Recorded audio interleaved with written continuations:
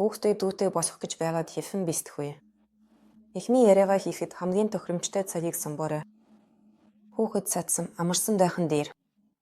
Та шийдвэрээ гаргасан. Гэр бүл чинь удахгүй нэрээ хүүхэд нэмэгдэн гэдгийг хийсээрэй. Дэсвэрэнгүй мэдээсээр дарамтлахгүйгээр юу босгох гэж байгаад гэдэс чим яаж томрох? Дотор нь хүүхэд хэрхэн үсгийг тайлбарсаарай.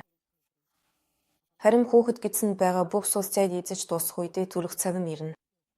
Өөрийнх нь бага насны зургуудыг бишээсэн нэрээ хүүхэд эхний хэдэн 7 хоног саруудад ямар байдгийг харуулж үзүүлсээрэй. Чич бас нэгэн цагт маш жижигхэн байсан шүү дээ. Энд чи дүнбэж төрсөн байгаа харин энэ зураг дээр 2 сартай инээд сурсан байна. Түүний амьдралын эхний саруудын сайхан дурсамжаа хамтдаа хуваалцаарай.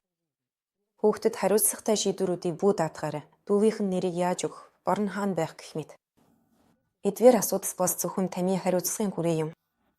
Хүүхдтэй дүүтэй болохдоо ингэж бэлтгийг санал болгож болно. Ямар тавсаамаа дүүтэйгээ хуваалцах, ажийг нь өөртөө үлдэхийн сонгох, эсвэл өөрийнхөө ямар зүйлсийг дүүтэй өгөхөө шийдэх.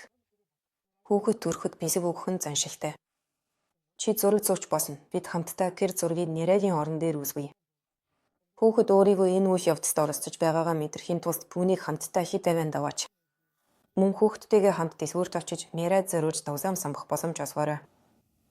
Хүүхдтэйгээ хамт сууж манай гэр бүлийн тасаар дүүд юу ярьж өгөх ёстой гэж бодож байгааг нь ярилцаж болно. Төрөөгүй дүүдээ сайхан амраарай гэж хийсдэг уламжлал бий болгож болно. Эдгээр энгийн хашмууд нь хүүхдүүдийн хооронд жинхэнэ ойр дотн харилцааны үндсийг тавина. Хүүхдийг дүүгээ асархад оролцуулах нь зөвхөн өөрөө хүссэн тохиолдолд боломжтой.